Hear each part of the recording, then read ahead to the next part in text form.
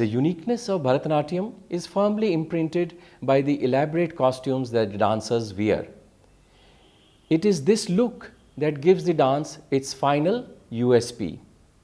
Probably ever since Bharatanatyam was conceptualized in the temple environment, costumes have been an integral feature of this classical dance form.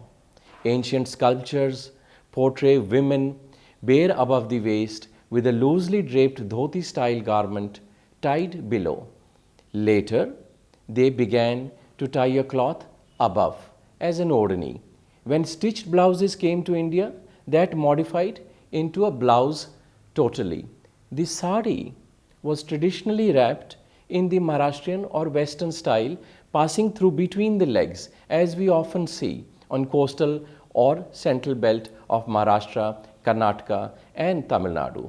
The sari was also important for Devdasis because for aging artists it covered up extra weight or old age signs, and thus we see several layers of skirts being draped in sari form in different ways. The costume most in fashion or vogue today is the stitched pleated costume. It evolved sometime during the 1930s. The costume consists of a pajama type of leg cut where the dancer slips into a pair of loose trousers that are pleated at the thigh and knee to provide flexibility. But while lifting a leg, it does not look odd or impolite. A knife pleated fan, either to knee length or mid calf, links the two legs of the pajamas and unfurls into beautiful geometrical precision as the dancer strikes the Bharatanatyam's Aramandi posture. So we see how intelligently and scientifically this whole artistic ancient art has been planned. The traditional dance costume of Devdasis was the tight bodice or choli and gold embroidered draped sari, a silk cloth of 9 yards. Bright colors with wide borders of contrasting colors were favored. The sari was pleated in front and the long end was draped over the left shoulder and the wound around the waist, the embroidered end falling in front.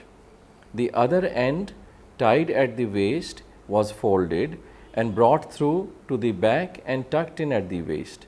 The traditional ornaments were of gold, set with rubies and diamonds and decorated with pearls.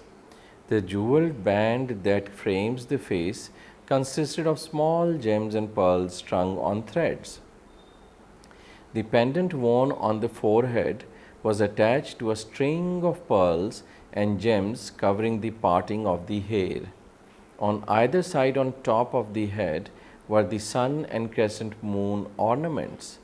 A golden disc on the crown of the head was encircled with white jasmine or mogra flowers, and a cluster of flowers decorated the back of the head. The long plait of hair was covered with gem-studded Jadai Naga, the hooded serpent symbol of space and eternity. The cup-shaped earrings were attached to ear ornaments. Nose jewels included the diamond droplet under the tip of the nose and the semicircular ornament attached to one nostril. A gold belt was worn around the waist. Bracelets and armlets decorated the arms. Neck ornaments were the pendant and mango garland inlaid with gems. The ancient Tamils were great seafarers and had access to imported gems, which they used lavishly. Tamil Nadu was well known for its stone-studded jewelry, especially those set with Kabokan rubies. Uncut diamonds and emeralds were set with great precision and beauty in etched gold on a solid base. The bridal headdress of Thali Samman consists of ornaments that outline the forehead and hair parting and are flanked by the sun, symbolizing brightness and power, and the moon, peace and romance. The serpentine Jadanagam adorns the whole plate, beginning with a small jewel shaped like Adishesha and ending with the Konjalam or tassels. The Rakodi, a circular jewel carrying the design of a peacock, or tops it all. The Mangamalai, mango necklace, Kasumalai, coin necklace, Pendants shaped like swans, peacocks, and parrots are typical South Indian items that adorn dancers today. The vanki, armband, odiyanam, waistband, nose stud, and jhumki, swinging ear ornaments, are also derived from the heritage bank of Tamil Nadu. When the art of the Devdasis emerged as Bharatanatyam, a new style of costume was created for the dance, but most of the ornaments have remained more or less the same. Now, silver has replaced gold and artificial stones for gems. Called temple jewelry, these are lighter to wear and still look beautiful. The revivalists designed a less cumbersome type with a stitched sari. The arai mandi, bent knees position being basic and specific, legs are covered and need flexibility.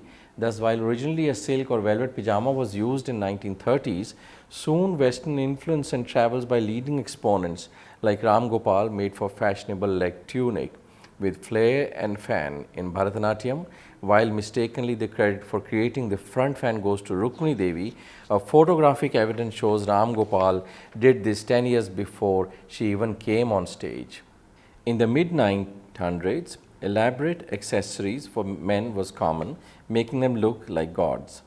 I was never satisfied with the crudely made jewels and ornaments that are used in the traditional dances of today in the four main schools. After minute observation and detailed search of bronzes, sculptures, and paintings in the temples scattered all over India and the cave paintings of Ajanta and Sigiriya in Ceylon, I sought to capture the fine and brilliantly colored robes, ornaments, and jewelry depicted in these most authentic references that were, beyond doubt, far superior to what most of actor dancers wear in the four styles of Indian dance today, says Ram Gopal in his autobiography. He is seen wearing quite ornate jewelry and elaborate headgear in some photos, as are others like Uday Shankar, U.S. Krishna Rao, Bhaskar Roy Chaudhary. It was in thing in the pre and post independence dance history. Krishna Rao used to wear a stitched pajama costume with pleats in the front. Nalanajan also used to wear stitched pajama costume with front pleats as well as a stitched shirt-like top with 3/4 sleeves or full sleeves tucked into his dhoti costume.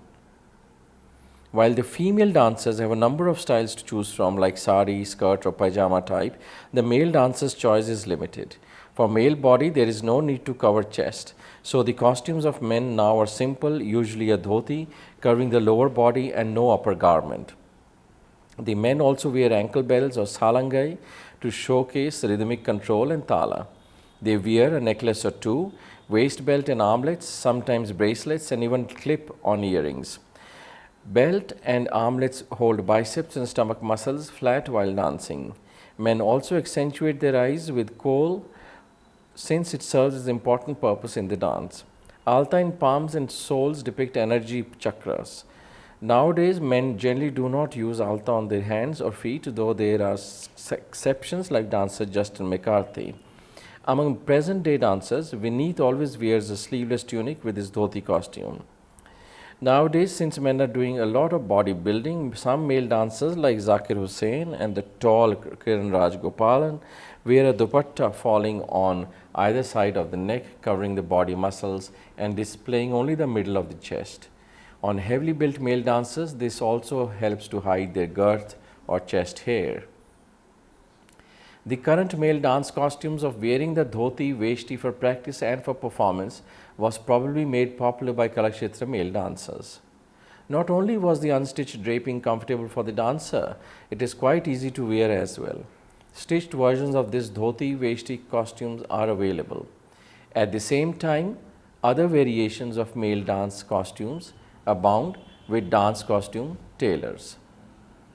Since women dancers have modesty as mainstay, even the blouse is covered with a layered covering tied at the back. The tight tunic suited young female dancers and older ones could use sari, loosely tied to afford movement, as Bala Saraswati used to wear in old age or Kalanidhi Narayan does while showing Abhinaya. Half sari culture came in 60s when middle-aged dancers who were still in their prime could wear it and dance with comfort. Ornaments were specific. Even the back of head had decorative bird, the mythical Anapakshi, and the sun and stars on one side of head to show Shiva's head adorned with the moon and sun, Angikam Bhuvanam Yasya Vachikam, goes the popular saying. Costumes for dancers in films were loud and garish, with breasts being accentuated to showcase size. While it looked vulgar, many film stars succumbed to it and to look appealing to the masses who had no class. Box office ruled. But today, like everything else in Bharatanatyam, costumes too are being modified to suit the changing visual aesthetics of the dance and to flatter the particular physical frame of the dancer, even while keeping a sharp eye on how the clothed body will look in motion. Several renowned dancers have added punch to the evolving dance costume. Yamini Krishnamurti abandoned the melaku, the dupatta, favoring a fan that added mystique to her blouse.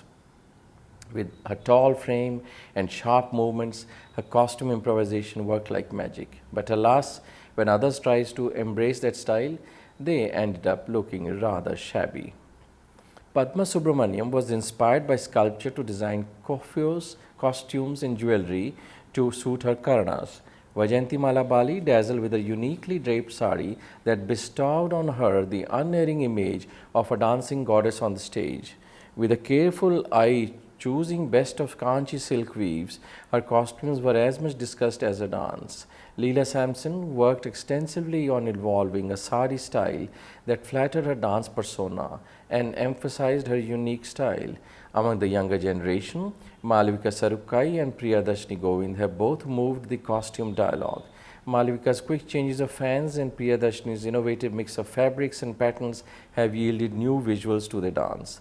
Costume designers like Sandhya Raman and Lakshmi Srinath have researched on costumes for dance and are enabling several dancers to alter the visual aesthetics of how dance can be clothed.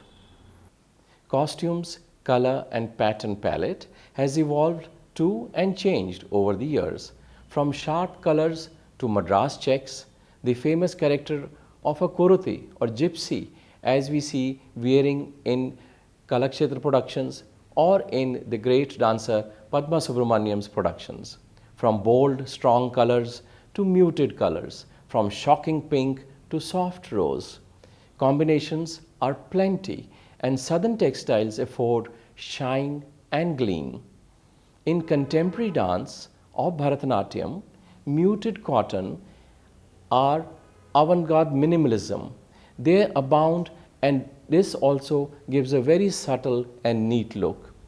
Kalakshetra students are sometimes so keen to show that they learn dance in the city of Madras, Chennai today, that they walk all over the city taking bicycles or buses in practice costume, as though in this big institution of 100 acres, there is not one room for them to change from practice class dress to normal dress. But then dancers always wish to look special. Veteran Bharatanatyam guru M.K. Saroja disliked this regard to art so much, she wrote letters to editors of Shruti magazine and The Hindu and also to authorities of Kalakshetra. The Dhananjayans alumni of Kalakshetra seconded her stand. Bharatanatyam costume for women resemble Indian saris but are specialized for dance. Despite the resemblance to saris, they are not single pieces of cloth but combinations of a number of specially stitched pieces. This customization makes them easier to wear and easier to dance in than a sari. Most costumes involve pleated pieces at the waist that fan out attractively during various movements. The costumes are bright and colorful. They inherit from the sari tradition the use of contrasting border colors, and the borders of the various pieces of the costumes form patterns that decorate the dancer's form. In a detailed interview costume designer D.S. Ayerlu gave to Shruti, number 40, he mentioned various types of pajama costume. The pajama costume is most popular and comes with an attached separate pallu. He says the variety of pajamas types costuming are: number 1, the pajama with the fan and blouse tucked in. Number 2, the pajama with a big fan, a tucked in blouse with attached pallu and a small fan. Number 3, an old type pajama with a vertical border running down each leg and a big fan in the middle, a short blouse or pallu tucked in and covered by a back piece worn over the hip. Number 4, the pajama with 3 fans and separate cholis. The choli for children has a fan but no pallu. And lastly, the pajama with short and long fans, the second fan reaching down to the knees. Talking of the second type of costume, the sari costume, he says there are 2 ways to do this. One way is to cut and stitch it according to the required design. In the other method of the 6-yard sari is not cut up but is cleverly stitched at the waist and the pallu. On removing the stitches and a few hooks and string tapes, the sari can be restored to its original plain form. The third type he mentions is the sari skirt costume. Sari skirt type of costume with or without a vertical border running down the center of the frilled fan in front, a back piece around the hip, and with a separate blouse and pallu.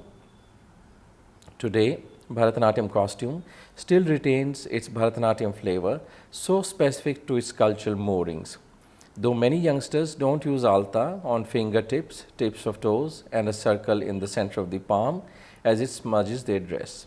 This decoration is meant to emphasize the movements of the hand and feet.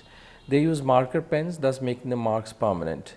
In the 60s, a Bharatanatyam dancer changed a costume almost half a dozen times to perform the different dances like Andal, Kuruti, Snake dance. But now dancers make do with just 1 or 2 costumes per recital, partly due to shorter duration of a performance. However, minimum 3 to 4 costume changes has become the norm for Arangetrams. Bharatanatyam makeup has few unique features. Heavy lines are drawn around the eyes, extending outwards towards the eye. Similarly, the eyebrows are darkened and extended outwards with liner. The purpose of this makeup is to accentuate the movements of the eyes and eyebrows and make them more visible because they are an important part of the dance, especially for expression. Stage and photo makeup are a bit demanding. Lighting plays a major role. If the lighting is heavy, you can use heavy makeup and can use shades. But if the lighting is less, you can use only light makeup. For photos, the cameraman plays an important role. The angles and distances he chooses influence the nature of makeup. On the day of the performance, if the performance was in the evening, the artists used to start preparing themselves from noon itself. In those days, lighting was confined to Petromax lights only. So turmeric and castor oil was first applied to give a yellow tint to suit this type of lighting. After some time, the oil and turmeric was removed. Then a mixture of zinc white, glycerin and sindhuram was applied. Zinc white mixed with sindhuram gave a good tone and glycerin gave a good shine. This makeup used to remain for hours. Now basically the technique is the same. Based on the tone of the skin and the body heat, we decide on the makeup. When we put our hands on the head of the artist, we can feel the body temperature. Makeup tends to darken if the body heat of the artist is high. So we prefer light makeup for such people. The face will start looking shiny after some time if the face is only in nature. We consider these factors and do makeup. To complete the makeup, costume and hairdressing takes 1 to 2 hours, says veteran makeup artist Sethu Madhavan. The dancer must remember to buy waterproof eye makeup and bindi, as excessive perspiration would make them run down the face during the performance. An essential item of Hindu Bharatanatyam costume is the pair of ankle bells, salangai in Tamil, ghunguru in Hindi. Ankle bells are an integral part of the dancer's aharya for display of rhythm. Hence, its role in the performance is of immense importance. Dancers treat their salangais with utmost reverence. When students complete formal training in Bharatanatyam and are capable of doing a margam, salangai puja is done. Only after that can they formally start wearing the salangais and perform on stage. Without performing the salangai puja, no student can wear the salangai, so this custom is of significance. The salangais are blessed by the dancer's guru, who ties them to the dancer's feet for the first time. They are sometimes placed in the sanctum of Shiva before wearing them, and they are never worn casually. Salangais are usually made of a row of brass bells with an iron ball inside each bell to make jingle noise, stitched onto a leather strap or cloth pad that is tied around the ankles.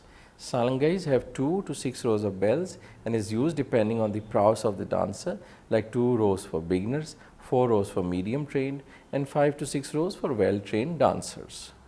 While dancers wish to look special, they not only forget the head and the whole body, but the toe, an important and very major ingredient are the ankle bells, the ghungroos.